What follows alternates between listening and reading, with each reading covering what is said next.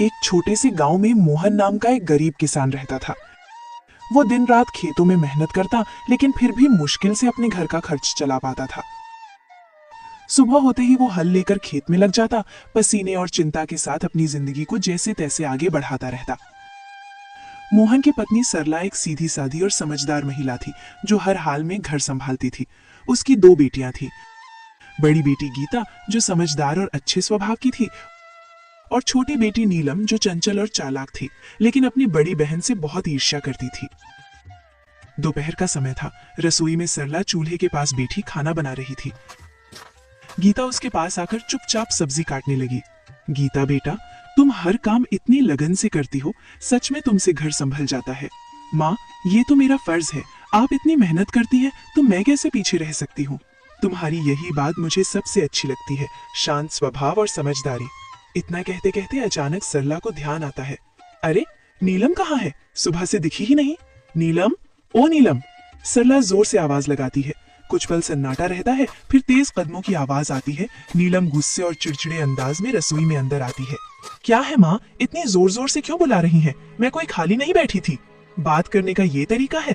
मैं बस पूछ रही थी कि तुम कहाँ थी।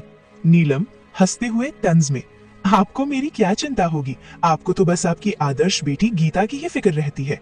गीता, नीलम ऐसा मत बोलो। नीलम गुस्से में बीच में काटते हुए, आप चुप ही रहो दीदी, हर वक्त अच्छी बनने का नाटक मत किया करो। सबके सामने सीधी साधी बनती हो और सारी तारीफें भी तुम ही ले जाती हो। नीलम, बस करो नीलम, ये जलन तुम्हें गलत रास्ते पर ले जा रही है। हाँ, जलन है मुझे, क्योंकि मुझे हमेशा आप दोनों के बीच में छोटा और बेकार महसूस कराया जाता है। आप दोनों को तो बस एक दूसरे की अच्छाई ही दिखती है। दोपहर की तेज धूप खेतों पर चमक रही थी।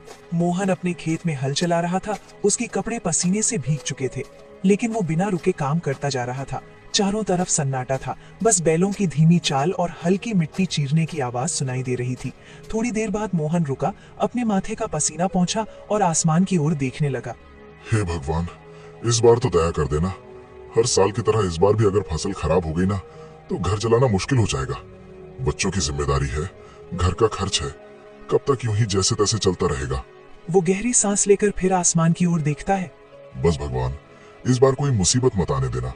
बारिश समय पर हो जाए, फसल अच्छी हो जाए, ताकि मेरे बच्चों को थोड़ा अच्छा जीवन दे सकूं। इतना कहकर वो फिर से काम करने लगता है। तभी दूर से कोई आवाज लगाता है। अरे मोहन! मोहन मुड़कर देखता है। उसका दोस्त रामलाल उसकी तरफ आ रहा होता है।